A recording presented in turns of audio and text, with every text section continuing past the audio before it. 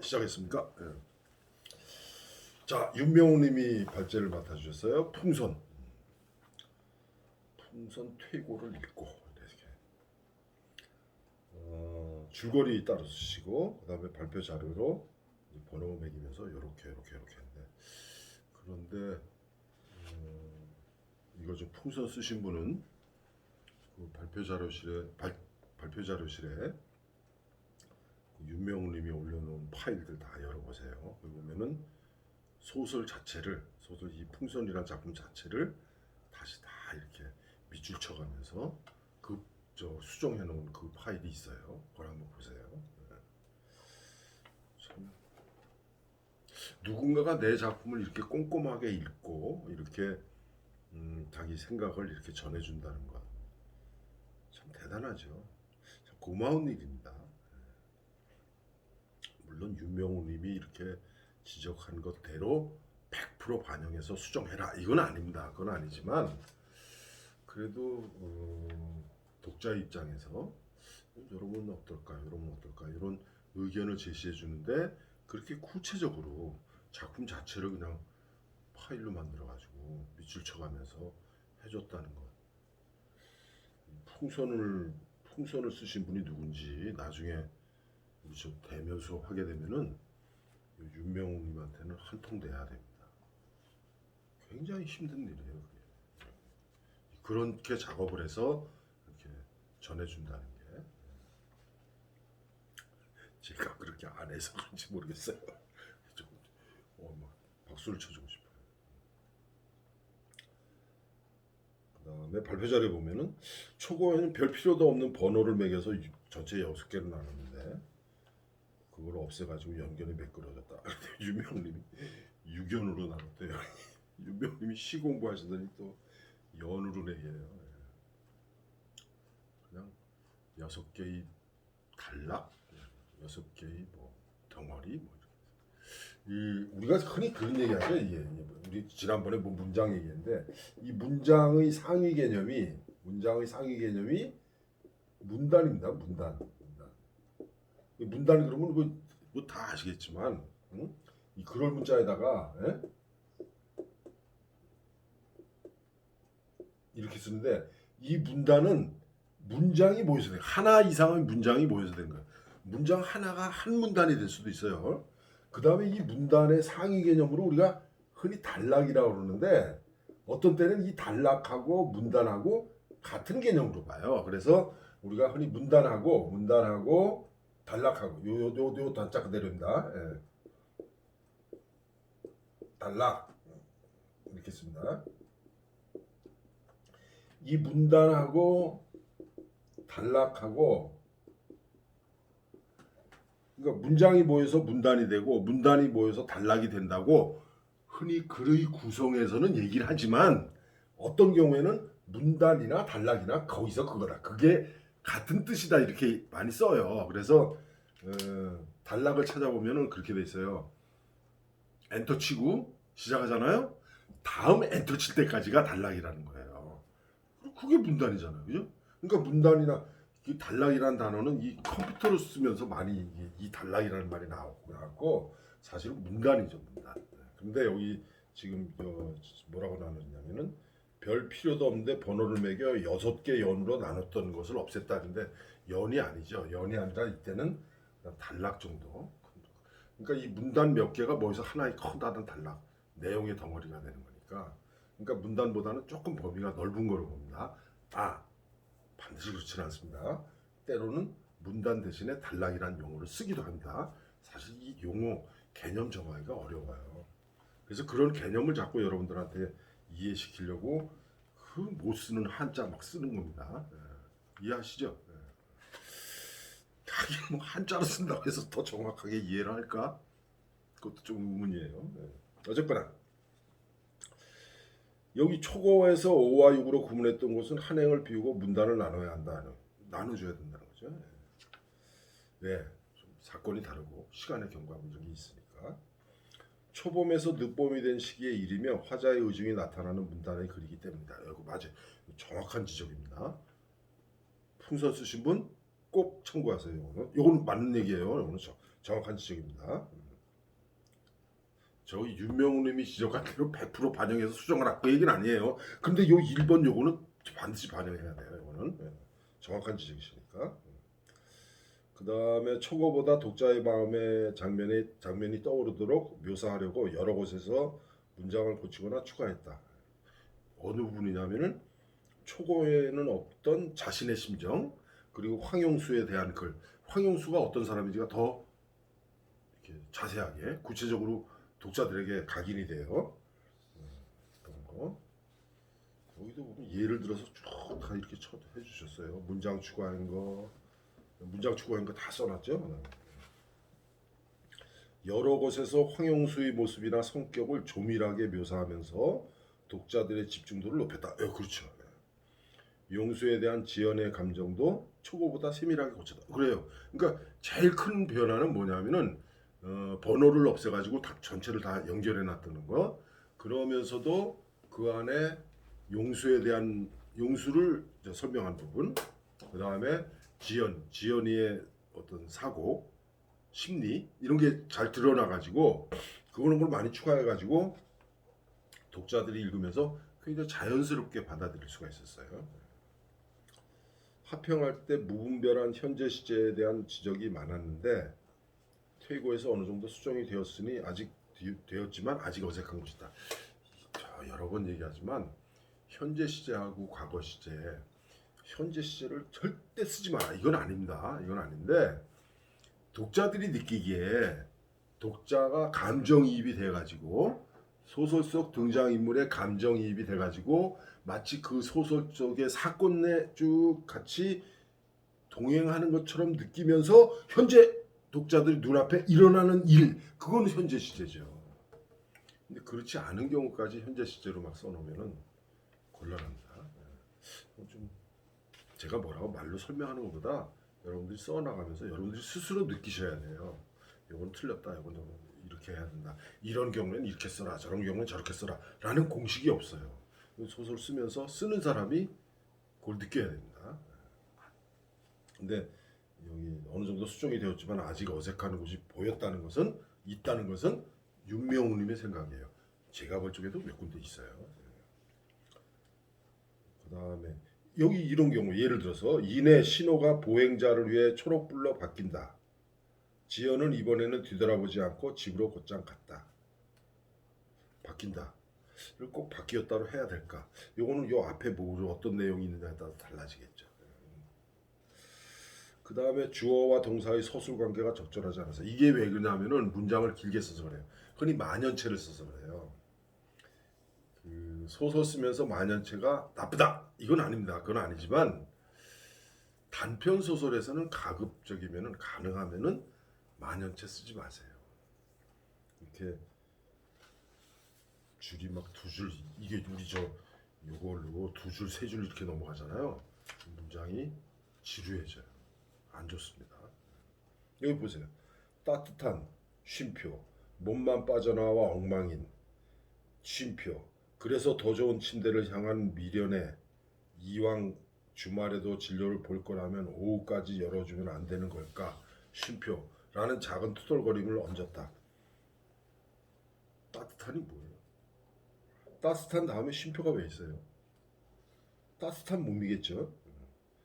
따뜻한 몸만 빠져나와서 엉망인 그래서 더 좋은 침대를 향한 미련에 그러니까 따뜻한 몸만 빠져나와서 엉망이라는 거. 내 모습이 누구 지연이 모습이 그래서 더 좋은 침대를 향한 미련이 있어요. 지연이가 그렇기 때문에 이왕 주말에도 진료를 볼 거면 오후까지 열어주면 안 될까? 뭐 1시에 끝나니까 지금도 한 3시 4시까지 해주면 안 되겠냐라는 작은 투덜거림이 있었다는 거야. 그 얘기는 하는 거는 알겠는데 문장은 이거 안 맞아요.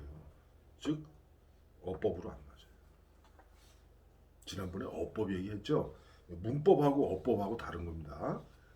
문법에 맞는 문장을 써라. 그건 아닙니다. 문법을 조금 파괴하면 어때요? 어법엔 맞아야 돼요. 어법에. 우리들이 흔히 말하듯이 쓰라고 그러잖아요. 어법에 맞는 문장을 쓰라는 거예요. 뭐예요?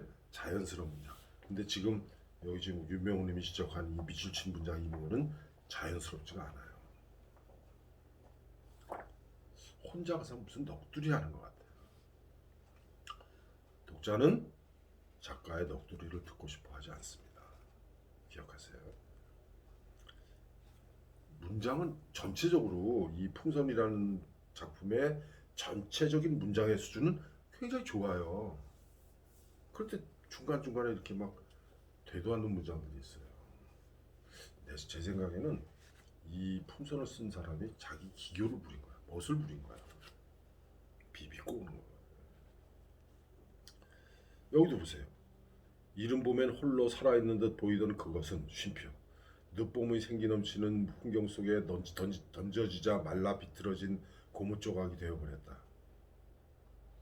그것은 쉼표 왜 했어요? 그것은 다음에 쉼표 왜 했어요?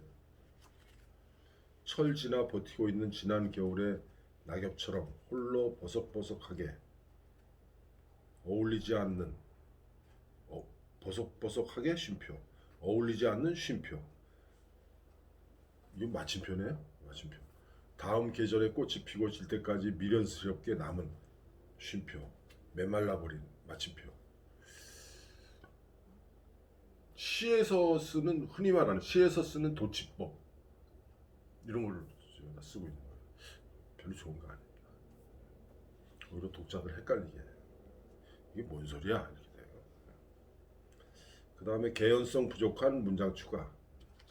황영수와 김지연 둘 사이에 가장 즐거웠던 순간은 이미 오래전에 지나갔다. 황영수와 김지연 둘 사이에 가장 즐거웠던 순간은 이미 오래전에 지나갔다는 문장으로 보면은 이건 전지적 작가죠. 그런데 진짜 지나갔는지 모르죠. 독자들이 이렇게 느껴야 되는데 이렇게 미리 말해버리면 재미없죠. 글 말미 부분에서 이 문장을 추가했는데 가장 즐거웠던 순간에 대한 글이 어디에도 없다. 문장 추가를 하려면 개연성을 꼴비져야 한다. 그렇죠. 이거 맞는 말입니다. 이게 무슨 얘기냐면은 어떤 사실을 얘기했잖아요. 그럼 그 사실 얘기한 그 사실은 누구가 얘기해 주는 거예요? 전지적 작가가 얘기해 주는 거예요. 근데 전지적 작가가 얘기해 주는 거라면은 그렇게 얘기하게끔 앞에 무슨 사건이 있었어야 돼요. 독자도 그렇게 느껴야 돼요. 근데 독자는 그렇게 안 느껴요. 왜? 그 앞에 가장 즐거웠던 순간이 없었으니까 나온 게 없잖아요. 그죠? 그래서 지금 여기서 개연성이 부족한 문장 이렇게 윤명수님이 얘기한 거예요. 그 다음에 이제 또 감상을 또 따로 써주셨어요. 내용은 초고와 구성이 거의 같지만 문장은 여러 군데 고치고 추가하면서 자연스러웠어요. 예, 자연스러웠어요. 아까 지적한 문장들 있잖아요. 그런 문장들 몇 개 빼놓고 나면은 나머지는 문장이 아주 좋아요. 여기 지금 이 글을 쓰신 분, 풍선이라는 작품 쓰신 분은 문장 수련이 되어 있는 분이야. 문장 수련이 되어 있다 보니까 좀 멋을 부리려고 하다가 이상한 문장이 나오는 거죠. 합평에서 지적했던 부분, 지연을 데리러 오겠다는 용수의 생뚱맞은 전화 이야기 삭제했어요. 근데 지금 저 윤명훈님은 삭제하지 말고 자연스럽게 앞날을 예고해주는 스토리로 연결했으면 좋겠다는 건데 이 풍선을 쓴 사람은 그렇지 않은 거야. 풍선을 쓴 사람은 둘이 뭐 이렇게 잘 되다 무슨 독자들한테 뭐 이렇게 희망적인 둘이 잘 어울리겠다 잘 맺어지겠다라는 그런 희망 조서서 잘라버리는 거예요. 그리고 하고 싶은 얘기가 뭐야? 그냥 지난날의 추억의 한 페이지 끝 이렇게 되고 있는 거예요. 전에 저기 누구죠? 최일호의 가족 이야기 했죠. 그것처럼 그 가족에도 저 결말 부분 보면은 뭐 이렇게 다 뭐 해피엔딩이나 뭐 흔히 얘기해 서프라이즈 엔딩 뭐 이런 게 아니에요. 그냥 잔잔하게 끝나요. 이거 뭐 시시껄렁하게 이게 무슨 얘기야? 그런데 사실 쭉 읽다 보면은 그 안에서 소소한 가족 간의 일상 그게 우리들에게 즐거움을 주는 거죠. 이 작품도 아마 그걸 노린 것 같아요. 소소한 일상의 어떤 추억. 어쨌거나 윤명훈님은 뭔가 이렇게 그 부분을 살려가지고 희망을 줬으면 좋겠다 그러는데 이 글을 쓰신 분은 그게 아닌 것 같아요. 그 다음에 풍선처럼 부풀었다 꺼지는 지연의 마음을 노란 풍선을 매개로 표현하려는 점은 좋았지만 연결고리가 튼튼하지 못한 탓인지 크게 공감을 가지 않았다. 그 초고에 비해서 이 노란 풍선하고 지연의 심리하고 이렇게 연결시키려고 하는 의도가 보이는 표현들이 있어요. 그런데 아직까지도 부족하다는 거예요. 그게 아마 제일 마지막에 그 노란 풍선에 풍선이 빵빵했다가 바람이 좀 빠졌다가 완전히 빠졌다가 그게 뭐 이렇게 바람에 흔들렸다가 뭐 떨어졌다가 그런 게 명확하게 거기에 맞게 지연의 심리가 딱 지연이하고 용수하고의 관계가 어떻게 변화하고 발전하고 이게 안 보이기 때문에 그래요. 왜 그러냐면은 저기 오래된 친구잖아요. 그걸 이제 몇 년 만에 4년 만인가 4년 만에 만나가지고 봤어요. 봤을 적에 이미 빵빵해져 있어 풍선은. 그럼 풍선하고 그럼 이제 4년 만에 만났는데 벌써 빵빵한 거야. 그리고 조금 있다 다시 보니까 바람이 빠졌어. 그럼 바람이 빠졌으면 이게 서먹서먹해야죠. 그다음에 완전히 바람이 완전히 빠졌어. 그럼 뭐야? 완전 남남이 됐어야죠. 우리들의 일반적인 독자들의 상상력은 그렇게 돼 있어요. 근데 그게 아니거든. 그러니까 풍선이라는 제목으로 뭔가를 이렇게 전달해 주기가 조금 애매한 거죠. 물론 풍선이 지연의 심리를 나타내는 것처럼 표현은 되어 있지만 아직도 애매모호하다. 풍선과 지연의 심리를 연결하려는 작가의 노력이 곳곳에 보이지만 아직은 아니다. 그래서 결국 독자에게 하고 싶은 말이 무엇인지 잘 모르겠다. 이런 지적을 해주셨어요. 윤명님이 아주 꼼꼼하게 잘 해주셨습니다. 김상범님은 지난주에 풍선 올리셨었죠.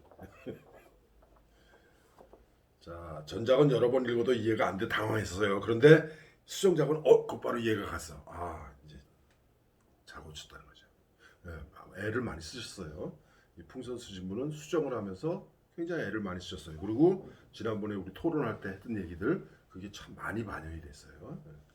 그래도 고치지 않은 부분 뒤에 둘이 아름답게 맺어진다 없어요 그런 거요. 그 다음에 아주 사소한 일상적인 부분에서 글의 소재를 찾아내는 작가의 감수성이 놀랍다. 감정 표현이나 묘사가 잘된 좋은 글이다. 아까 첫 시작하면서 얘기했죠. 앞에 그저 좋은 생각하고 오늘 한 풍선하고 이 두 작품은 작품 좋은 작품이에요. 마음에 안 차는 부분이 조금 있지만. 그 다음에 이유진님 초고를 읽었을 때는 이게 뭐지? 김상훈님하고 같은 생각이었어. 근데 다시 읽어보니 좋은 느낌이 더 많아졌다. 걸리는 점 없이 잘 읽었다. 읽혔다. 그 다음에 용수의 전화를 받는 내용이 삭제되면서 결말이 더 깔끔하게 마무리된 느낌이다. 이렇게 느끼잖아요. 오히려 지금 저 이유진님은 윤명님하고 달리 오히려 전화 내용 삭제되면서 결말이 더 깔끔하게 마무리된 느낌이다. 이걸로 충분하다는 거죠. 이유진님은 그렇게 생각하시는 거야. 그러니까 이유진님의 어떤 저 소설을 인식하는 뭐 수준이라 그럴까? 인식하는 어떤 취향 그거하고 이 글을 쓰신 분의 취향하고 싹 맞아 들어간 거죠. 이 글을 쓰신 분은 꼭 무슨 사건을 벌여가지고 용수하고 수연이하고 지연이하고 뭐 어쩌고 저쩌고 이런 뭐 알콩달콩 뭐 어쩌고 저쩌고 뭐 아기자기한 이야기를 해서 사랑을 맺게 되는 그걸 바란 게 아니야. 그냥 젊은 날의 추억 한 토막으로 끝내버리는 거예요. 근데 그런 것이 이유진님하고 코드가 비슷하게 맞은 거야. 근데 아까 저 윤명훈님은 뭔가 이게 갈등이 있으면서 그 갈등이 해소되고 또 새로운 저 사랑을 찾는 이런 모습으로 끝나길 바라는 것이죠. 윤명훈님은. 윤명훈님은 상승구성 그리고 여기 저 누구지 이유진님하고 이 풍선을 쓰신 분은 하강구성. 상승구성, 하강구성은 얘기했죠. 상승구성은 해피엔딩이고 하강구성은 비극적으로 구성이죠. 비극적 결말 뭐 이런 거예요. 근데 이거는 비극적 결말도 아니고 희극적 결말도 아니고 그냥 평범한 결말. 저 일상의 소소한 추억 그 정도예요. 그 다음에 노란 풍선도 수정작에서는 주인공 지연의 마음을 나타내는 매개체로서 역할이 좀 더 뚜렷해지다. 그건 맞아요. 풍선하고 풍선의 이미지를 자꾸 자기 자신의 지연의 심리를 나타내려고 하는 그렇게 표현된 문장들이 많이 추가가 됐어요. 그다음에 이령님이 지적한 걸 읽어보세요. 제가 지적한 거 뒤에 또 그런 분이 계신데 같은 동네에 살면서 4년 동안 한 번도 마주치지 않았다는 설정은 이해하기가 어렵다. 근데 그거 꼭 이해해야 되나요? 같은 동네 살면서 4년 동안 한 번도 마주치지 않았다. 저기 80년대죠? 그때 저거 있었죠? 80년대인가 90년대인가 지금 오래돼가지고 기억이 안 나네. 남북 이산가족 찾기. 그 며칠 동안 계속 연속 방송했잖아요. 24시간 그냥 계속. 근데 그때 나온 것 중에 하나. 서울에 같은 동에 살았어요.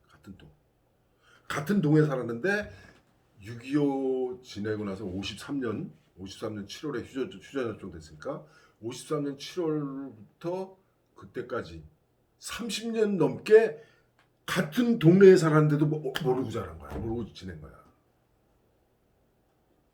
그게 있을 수 있어요. 흔히 동선이라고 그러죠. 동선. 움직이는 거죠. 동선. 요즘 우리 코로나 때문에 확진자가 나오면 그 확진자의 동선을 다 파악하잖아요. 여기서 말하는 이 동선이 뭐예요? 움직일 동자잖아요. 움직일 동. 동선.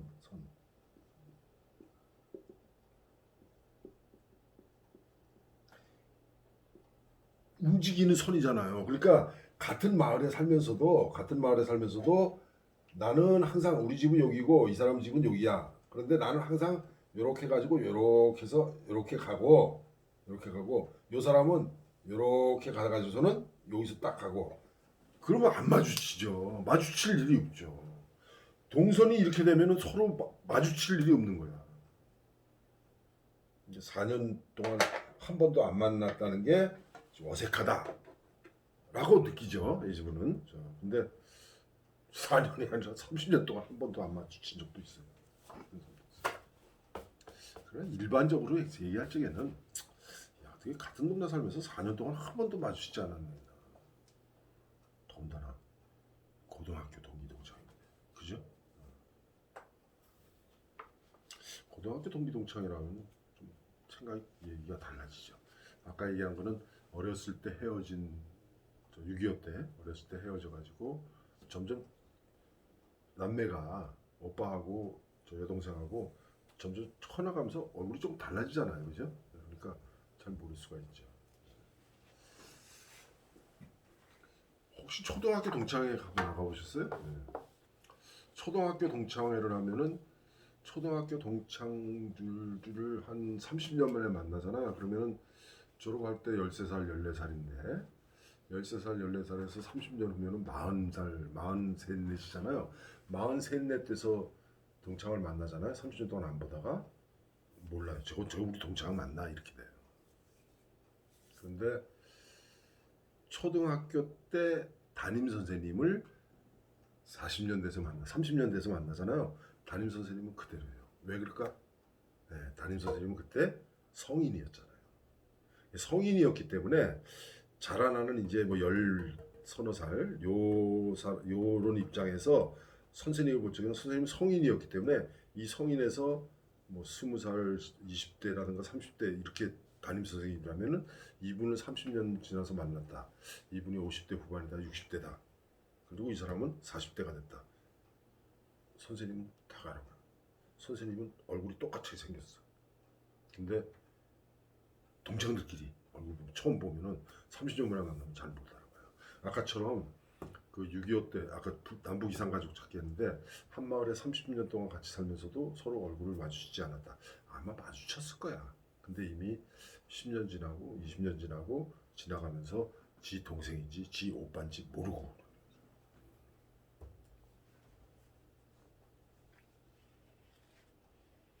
저기 우연하죠. 이효령 소설에 그런 게 나오죠. 이효령 소설인가? 이효령 소설인지 누구 소설인지 기억이 안 나네요. 늙은 창녀의 고백이라는 소설이 있어요.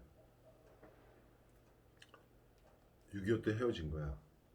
저 누이 동생하고 여동생하고 오빠. 근데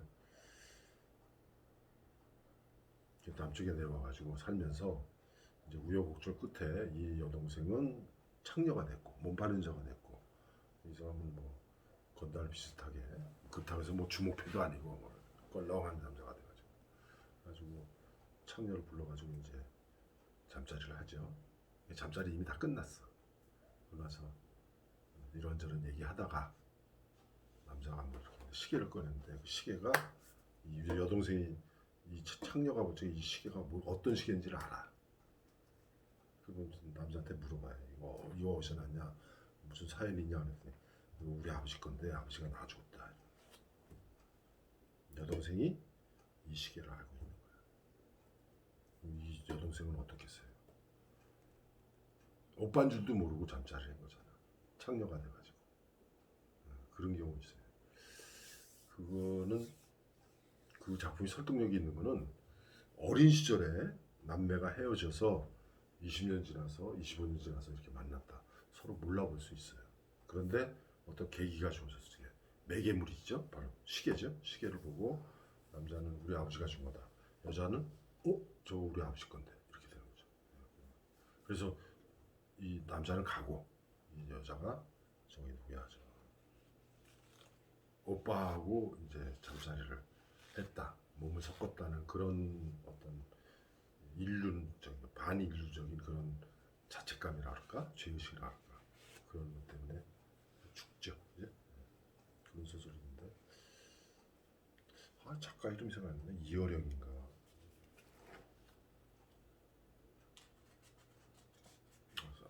나중에 생각나면 다시 이렇게 강의하다가 이렇게 문득 여러분들한테 무슨 얘기를 하려고 사실 준비를 해왔거든요. 준비를 하는데 준비를 해온 것 말고 또 자꾸 이렇게 생각나는 게 있어요. 그 다음에 읽으면서 걸리는 부분 이렇게 쭉 지정해 줬어요. 그뭐 줄바꿈이 필요한가 뭐 그다음에 여기 또 나왔죠. 마침표 막 쉼표 막 많이 쓴 거. 그다음에 소설 문장으로는 어울리지 않는 것 같다. 소설 문장으로는 어울리지 않는 거 많아요. 아까 얘기했죠. 이령님도 그게 걸렸던 거야. 그 다음에 이인영님 거. 번호가 사라지고 문단에 연결되면서 한결 소설 같아졌다. 한결 소설 같아졌다.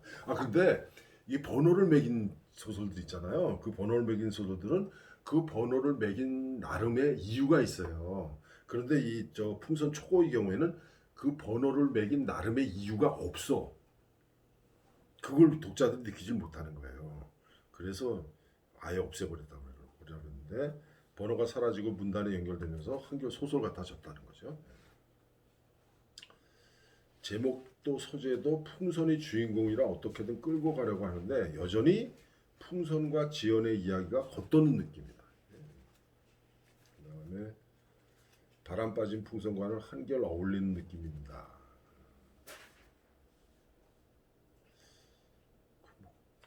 이분도 그렇게 느꼈어요. 그러니까 이 뭐냐면은 앞에 제일 발제를 맡은 윤명웅님의 어떤 감상하고 이분의 감상하고 좀 차이가 있죠. 차이가 있다는 것 자체가 좋아요. 어떤 한 작품을 읽고 모두가 다 똑같이 느꼈다. 그 작품 별 볼 일 없는 작품이에요. 근데 이렇게 다양한 이렇게 느낌이 나오는 거 이런 작품이 참 좋습니다. 너무 엉뚱한 건 아니지만 그다음에 우연히 만났을 뿐인 다시 만나는 일은 없을지도 모르는 지연과 용수 사이의 어색한 관계에도 이런 결말이 나을지도 모르겠다. 그렇죠. 다음 이대호님 같은 얘기예요. 지연과 용수의 관계가 애매모호하다. 그리고 원작에 비해 수정작의 문장이 더 매끄럽다. 수정작에서 노란 풍선이 주인공 지연의 마음을 나타낸 것 같다. 혼자 짝사랑하는 것 같아. 지연이가 짝사랑한다고요? 아닐걸요? 그 다음에 서미숙님 풍선이 주는 의미를 파악하기가 애매모호했다. 그다음에 수정작을 읽으면서 산뜻하고 젊은 느낌을 받을 수 있었다. 본래 첫 번째 작품 풍선이 주는 의미를 파악하기가 애매모호했는데 이번에 바꿔서 수정작을 보니까 산뜻하고 젊은 느낌을 받을 수 있었대요. 서미숙님은 어쨌거나 수정 잘하셨어요. 물론 좀 미흡한 부분이 있지만 수정 초고에 비해서는 월등 나은 작품이 되어 있어요. 그 다음에 서미숙님은 그렇게 느꼈어. 풍선이 김지연의 고등학교 시절의 추억이다. 이렇게. 그러니까 뭐 그 풍선이 다시 뭐 빵빵해지거나 뭐 아니면 또 뭐 용수하고 또 뭐 새로운 사랑으로 뭐 맺어지거나 그거 관계하지 않는다는 거죠. 서미숙님은. 그러니까 서미숙님이 생각했던 것 그것대로 작품이 잘 고쳐 수정이 됐다는 거예요. 그다음에 그러면서 서미숙님 또 이런 얘기까지 하고 있어. 우리들이 모두 그렇게 살아가고 있는 것이 아닐까.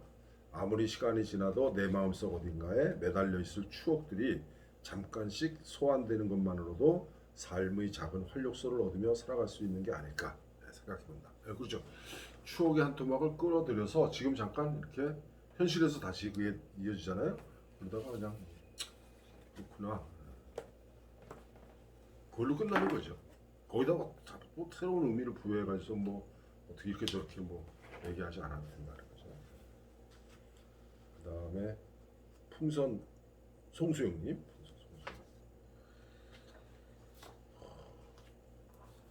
오랜만에 첫사랑을 맞닥뜨린 사회초년생의 마음을 잘 그렸다고 생각한다. 나는 송수영님이 오랜만에 이런 걸 만났다 이런 뜻인 줄 알았더니 그게 아니라 소설 내용 속에 오랜만에 첫사랑을 맞닥뜨린 사회초년생의 마음을 잘 그렸다. 노란 풍선에 빗댄 빛나던 한때에 관한 서술도 괜찮았다. 그렇죠? 쉼표는 조금 많아 보인다. 많아 보인 게 아니라 굉장히 많습니다. 그런데 이러면 안 되죠. 야, 송수영님 이러면 안 돼요. 초를 읽지 못해 현재 작품과 비교를 할 수 없어. 차라리 이 말 하지 말지. 그럼 송수영님 초고 우리 공부할 때 뭐 하신 거야? 작품도 안 읽고, 응? 애가 아프다고 그러셨나? 김상범님은 파일 올라오자마자 다 읽었는데 그 자리에서 며칠 만에 다 읽으셨을 거야.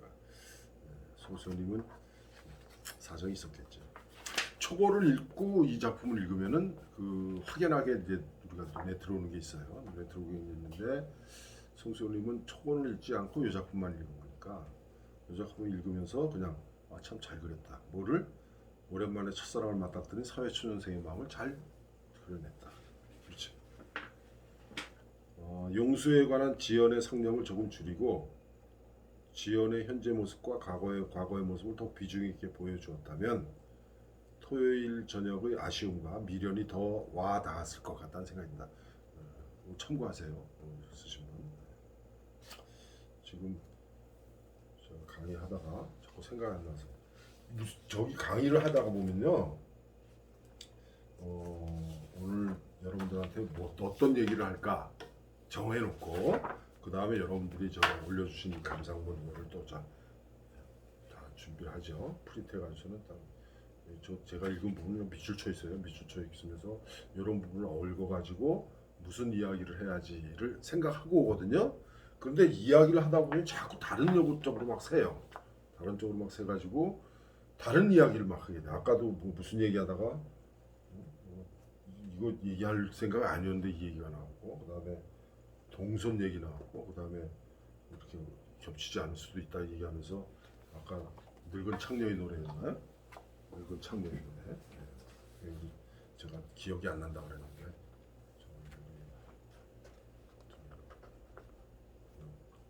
영상 찍으시는 분이 가서 찾아보시면 되냐? 송기원입니다. 송기원의 단편소설 늙은 창녀의 노래.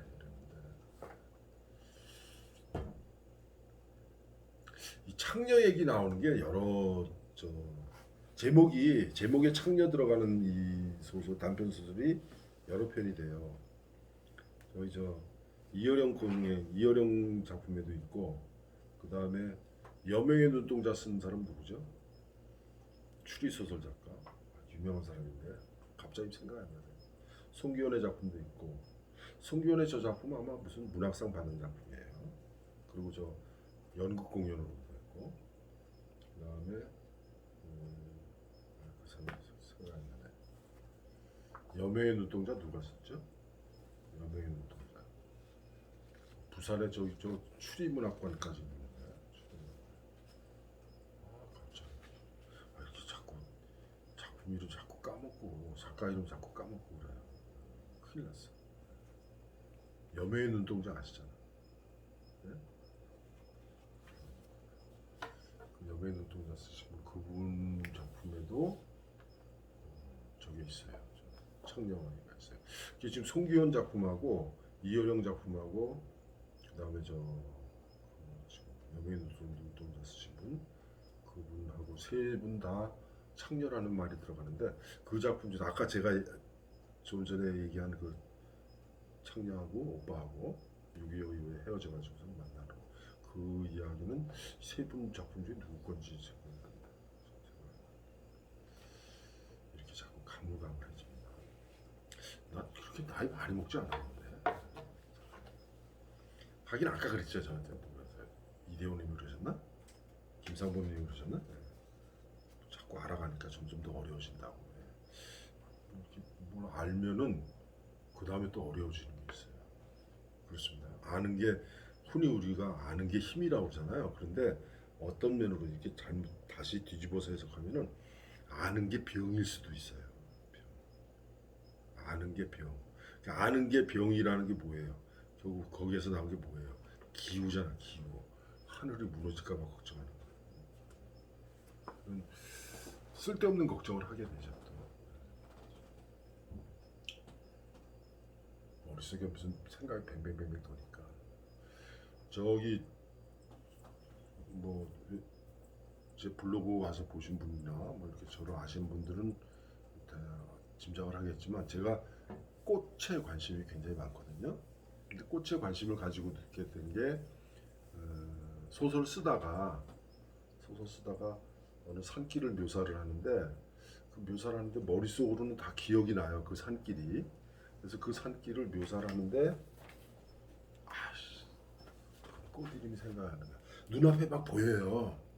눈앞에 보이는데 그 꽃 이름이 생각이 안 나는 거야. 그 이름을 써주면 참 좋은데, 그죠? 이렇게 쓰면 산길이나 들길 이렇게 묘사하다가, 그죠? 그런데 그게 생각 안 나니까 저는 뭐 이렇게 생각 안 나면 일이 안 되거든요. 손에 뭐가 안 잡혀요. 결벽증 비슷한 거. 그래서 그 꽃 이름 찾느라고 한참 걸렸어요. 딱 보니까 이게 아닌데 이런 생각이 드는 거예요.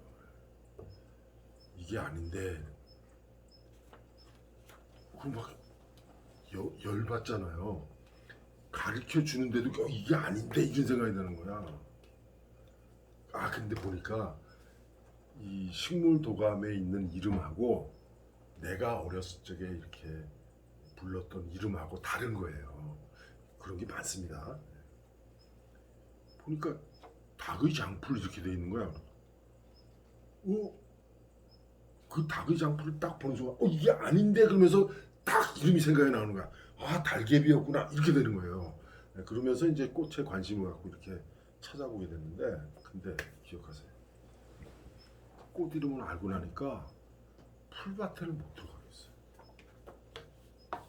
풀밭에 꽃 다 아는 거예요, 다 아는 거. 알면은 알수록 더 힘든 겁니다. 자, 오늘 강의 여기까지입니다. 다음 주 강의 안내 게시판 참고하세요. 시간이 없어서 여기서 마칩니다. 다음 주에 봐요.